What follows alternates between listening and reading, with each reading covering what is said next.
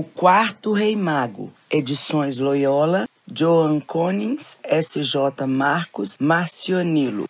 Quando Jesus nasceu, não foram 3, mas 4 os reis magos que foram procurar o grande rei. Durante a peregrinação, os 4 se encontraram. Cada um levava um presente precioso: ouro, que dá poder aos reis; incenso, que enche a casa de Deus de agradável perfume; mirra, que era usado no enterro de pessoas muito importantes.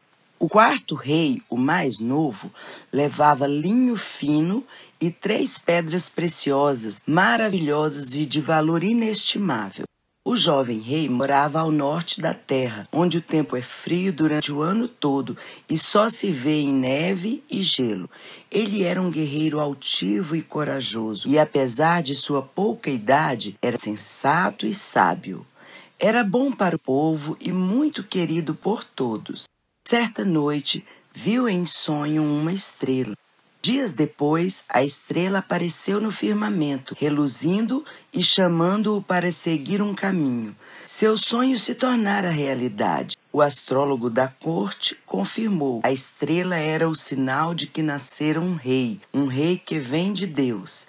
Sem demora, nosso jovem resolveu ir ao encontro do novo rei para prestar-lhe honras e lhe oferecer seus serviços. Foi sozinho atrás da estrela guia, sem saber, sem nem mesmo imaginar para onde estava sendo levado. Em pouco tempo deixou para trás as montanhas cobertas de neve e gelo e o sol começou a brilhar. Certo dia, encontrou-se com uma grande caravana. 3 reis seguiam por aquela estrada, porque também tinham visto a estrela e decifrado a mensagem de Deus. Sabiam que o tempo se cumprira. Deus tinha mandado à terra o verdadeiro rei, o Salvador. Os 3 reis receberam alegremente o jovem rei do norte em sua comitiva e continuaram o caminho todos juntos, guiados pela estrela. Ela parecia uma seta indicando o caminho, e eles só tinham olhos para aquele sinal. Não sentiam cansaço, não sofriam calor nem frio. Não viam as borboletas, não eram despertados pelo perfume das flores. Não ouviam o riso das crianças, muito menos os choros. Só tinham olhos para a estrela e só pensavam numa coisa: devemos encontrar o grande rei. O jovem rei agia do mesmo modo, só desejava ver o grande rei enviado por Deus. Mas, de repente, seu cavalo estacou. O jovem rei assustou-se. Um choro amargo e indefeso cortou o fio dos seus pensamentos. E lá estava, à beira do caminho, uma criancinha deitada diante do cavalo. Estava nua e sangrava por 5 chagas que desfiguravam seu corpo. O rei procurou seus companheiros, pensando que eles fossem ajudá-lo, mas já tinham desaparecido na curva do caminho. Não tinham visto a criancinha porque não olhavam para baixo, só sabiam olhar para o céu, a fim de não se perder no caminho que os levaria ao encontro do grande rei. O jovem apeou, cheio de compaixão, tomou a criancinha nos braços e a envolveu no linho fino. Foi ao povoado vizinho, bateu em muitas portas, até encontrar uma velhinha bondosa que aceitasse cuidar da criancinha, agora protegida pelos mais nobres dos tecidos. Cuide bem dela, disse o rei, e deu à mulher uma de suas pedras preciosas. E pôs-se a galopar atrás de seus companheiros de peregrinação, mas não conseguiu mais alcançá-los, porque tinham se adiantado demais no caminho, e com eles sumira a estrela que deveria levá-lo ao grande rei. Continuou muitos dias a caminhar sem rumo, até que, de repente, a estrela voltou a brilhar. Alegria! A estrela guia o conduziu a uma cidade, mas ele não conseguiu atravessá-la. Não conseguia nem andar, porque um enterro barrou-lhe o caminho. O rei teve de parar para deixar passar o povo em luto, e seu olhar pousou sobre uma mulher que abraçava os filhos em desespero. Nosso jovem rei nunca vira tanta desesperança num rosto.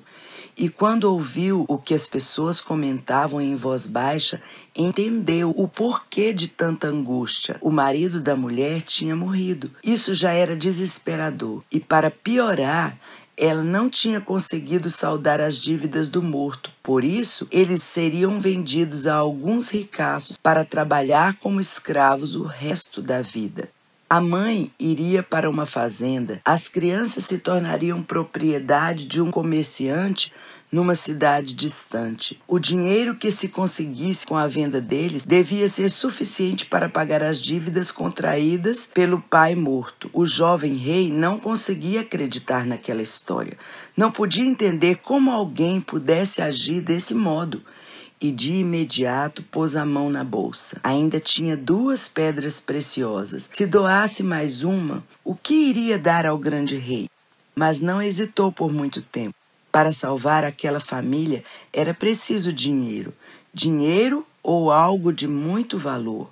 Abriu caminho entre os curiosos e pôs uma pedra preciosa nas mãos da mulher. E seguiu viagem. Mas onde fora parar sua guia? Inquieto, olhava para o céu. A estrela tinha desaparecido. Tudo fora em vão? Talvez não devesse ter parado tanto pelo caminho. Sem falar nas pedras preciosas que tinha distribuído por onde passara. E o presente do grande rei? Ia pensando nessas coisas sem conseguir descobrir se agira corretamente. O que era mais importante, o presente do grande rei ou a vida daqueles miseráveis? E chegou à conclusão de que fizera o que tinha de ser feito. E de repente, a luz voltou. A estrela voltou a guiá-lo. Continuou a cavalgar feliz. Mas o cavalo o levou para um país em guerra. Horror! Casas em chamas, plantações destruídas, mortos e feridos semeados por toda parte, gente sem teto e sem esperança, e muitos ladrões e malfeitores, aumentando o desespero dos indefesos. Alguns soldados tinham pilhado uma aldeia e arrasado tudo. Matavam todos os homens do lugar, enquanto mulheres e crianças assistiam à matança. O deboche dos soldados abafava o choro das mulheres e o grito dos pequeninos. O nobre rei tremia de indignação.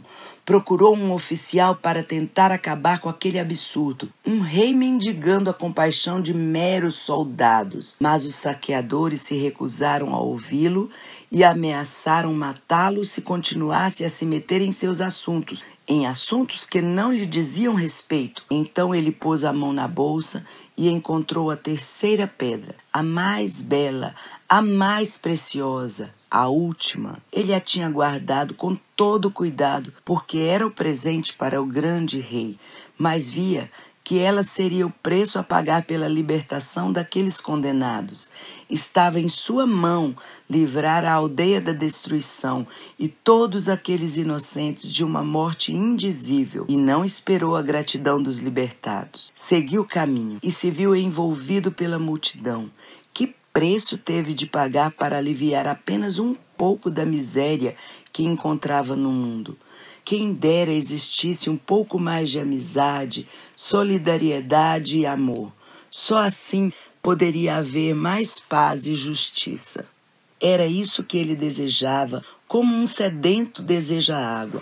O grande rei seria um rei de paz e justiça? Certamente. O mundo precisa, o mundo necessita de quem se ocupe dos pobres e miseráveis, dos injustiçados, dos excluídos, dos aflitos. Mas como ele ia aparecer diante do grande rei de mãos vazias? Continuou devagar, sem rumo, no meio da escuridão.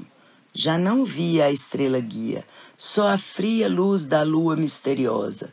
Seus companheiros agora eram a miséria e a necessidade. Mesmo assim, dava tudo o que lhe restara: joias, manto, cobertor, reserva de dinheiro, o cavalo fiel. Com os últimos recursos, resgatou 3 escravos que trabalhavam acorrentados numa pedreira, e eles lhe pagaram o bem com o mal. Durante a noite seguinte, o assaltaram e bateram nele. quase o mataram para roubar o último símbolo de dignidade real que lhe sobrara, a preciosa espada de seu pai, e o abandonaram numa poça de sangue. Quando o jovem rei voltou a si, teve de se arrastar para sair dali. Não tinha mais nada, agora era um mendigo. O tempo passou. Vivia com o que conseguia ganhar com o suor do rosto ou do que lhe dessem, um pedaço de pão, um copo de leite. Certo dia, chegou a um porto onde um grande navio estava ancorado. Era um navio de guerra movido a remo. Para movê-lo, era necessário muita gente. Trabalho muito duro que poucos suportavam. Por isso, os juízes condenavam os criminosos a remar nas galés. Quando o rei chegou ao porto, estavam levando um condenado para o navio. Sua mulher e filho estavam em prantos, mas os soldados iam cumprir a ordem de levar o condenado. O rei sentiu a dor daquela mãe e daquele filho no próprio coração. Procurou o chefe para pedir pelo condenado. Quem ia cuidar da família? Como viveria aquele filho sem pai? Tudo em vão. Sua súplica não foi ouvida. Só duas coisas tinham importância: a necessidade de mais braços para mover o navio de guerra e o fato de aquele homem ter sido condenado a remar nas galés até a morte. Então o jovem rei se ofereceu para cumprir a pena em lugar do réu e foi ocupar o lugar do condenado no navio. Deixou-se acorrentar como um bandido entre bandidos. O rei, que antigamente se sentava no trono e via os súditos se prostrarem diante dele, agora devia curvar as costas e se deixar acorrentar como um escravo ao duro banco de remo. E começou um tempo árduo. O remo era pesado, suas mãos se encheram de bolhas, suas costas se encurvavam, sua vida era medo e sofrimento. Mas quando estava a ponto de desesperar, lá estava de novo a estrela guia, não no céu, dentro dele. Sua luz lhe dava paz, tornava-o bondoso e amigo e o transformava em tocha acesa no meio daquela escuridão. Ele sabia, estava no caminho certo. Por isso, seu rosto era um espelho de mansidão e paz. Todos os que o viam ficavam admirados. Os anos se passaram, o jovem rei foi envelhecendo. Mas certa noite aconteceu um milagre. O comandante do navio lhe deu liberdade e o deixou na praia de um lugar desconhecido. Ele passou a noite numa cabana cheia de redes de pesca e com um velho barquinho. Não conseguiu dormir.